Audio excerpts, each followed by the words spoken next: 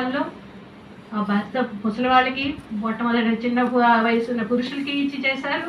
ఆ తర్వాత ముసలి వ్యక్తులకి ఇచ్చి చేశారు. ఇంకా కన్యాశుల్కాలు మొదలైనవి కాబట్టి వాళ్ళు కొనుక్కుంటున్నారు కాబట్టి ముసలివాడైనా డబ్బులున్నవాడు కొనుక్కుంటే వాళ్ళకి భార్యలుగా వెళ్ళవలసి వచ్చింది.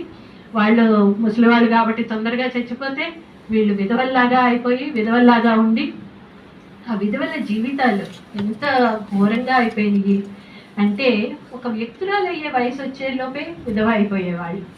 వ్యక్తురాలయ్యే వయసు వచ్చి వాళ్ళకి కోరిక అన్నది తెలిసే లోపే వాళ్ళకి పార్ట్నర్ కూడా లేకుండా ఉండేవాళ్ళు. ఒక పార్ట్నర్ కూడా లేకుండా ఆ పార్ట్నర్ కూడా లేకుండా ఉంటే సమాజం ఏమయ్యేది? ఇంకా ఇంట్లో ఉన్న మగవాళ్ళందరూ వీళ్ళు వాళ్ళ ప్రాపర్టీ లాగా అనుకునేవాళ్ళు. ఆ వావి వరుసలో అట్లాంటి ఉన్నవాళ్ళు ఎవరన్నా బావలో మామలో అట్లాంటి వాళ్ళు ఉంటే వీళ్ళంతా ఆ స్త్రీలు వాళ్ళ ప్రాపర్టీ లాగా ఉండేవాళ్ళు.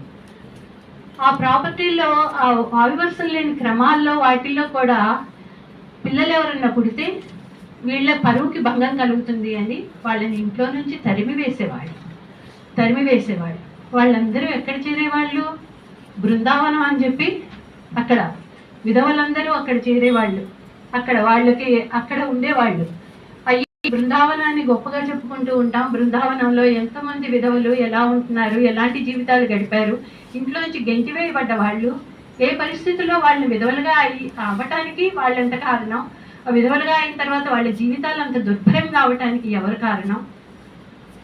వాళ్ళందరినీ కొన్ని చోట్ల చేశారు, కొన్ని చోట్ల వాళ్ళ ఇళ్లలో ఉంచుకున్నారు, కొన్ని చోట్ల ఆ ఇళ్లలో